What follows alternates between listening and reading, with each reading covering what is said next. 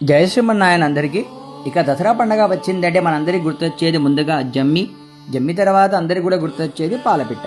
మనము చిన్నప్పటి నుండి వింటున్నాం, ఆ రోజు పోయి జమ్మి తీసుకోవాలి, జమ్మి తీసుకునే పిమ్మట పాలపిట్ట చూసి రావాలంటే మనందరం కూడా చిన్న ఉన్నప్పుడు అడవుల దగ్గర కానీ లేకపోతే పంట పొలాల దగ్గరికి వెళ్ళేవారు. వెళుతున్నప్పుడు ఆ పాలపిట్ట చూసి ఇంటికి తిరిగి వచ్చేసి పెద్దలకు జమ్మి ఇచ్చి వారి ఆశీర్వాదం తీసుకునేవారు. ఇది మనకు ముందు నుండి ఆచారం అనేది వస్తుంది. అసలు పాలపిట్ట ఎందుకు చూడాలి, దీని యొక్క ఉద్దేశం ఏంటో మనం ఈరోజు ఈ వీడియో ద్వారా తెలుసుకుందాం. ఇక ఈ పాలపిట్ట నీలము పసుపు రంగుల కలబోయతో ఈ పాలపిట్ట చాలా అందంగా ఉంటుందండి.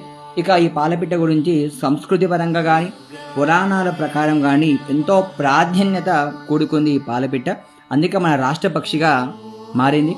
ఇక దానితో పాటు ఆంధ్రప్రదేశ్, కర్ణాటక, ఒడిస్సా, బీహార్ రాష్ట్ర అధికార పక్షి కూడా ఈ పాలపిట్ట అవ్వడం విశేషం. దీని గురించి రామాయణం, మహాభారతంలో దీని యొక్క ప్రస్తావన ఉందండి. ఇక శ్రీరామచంద్ర స్వామి రావణునితో యుద్ధం చేయడానికి బయలుదేరుతుండగా ముందుగా జమ్మి వృక్షాన్ని అర్చించి బయలుదేరుతుండగా స్వామివారికి ఎదురుగా పాలపిట్ట వచ్చిందట. అందులకే ఆ రామచంద్ర స్వామి ఆ రావణుని ఓడించాడని, అందుకే విజయం చేకూరిందని చెబుతారు. అంతేకాకుండా ఇక మహాభారత ప్రస్తావన, మహాభారతం ఇక పాండవులు అజ్ఞాతవాసం అరణ్యవాసం ముగించుకుని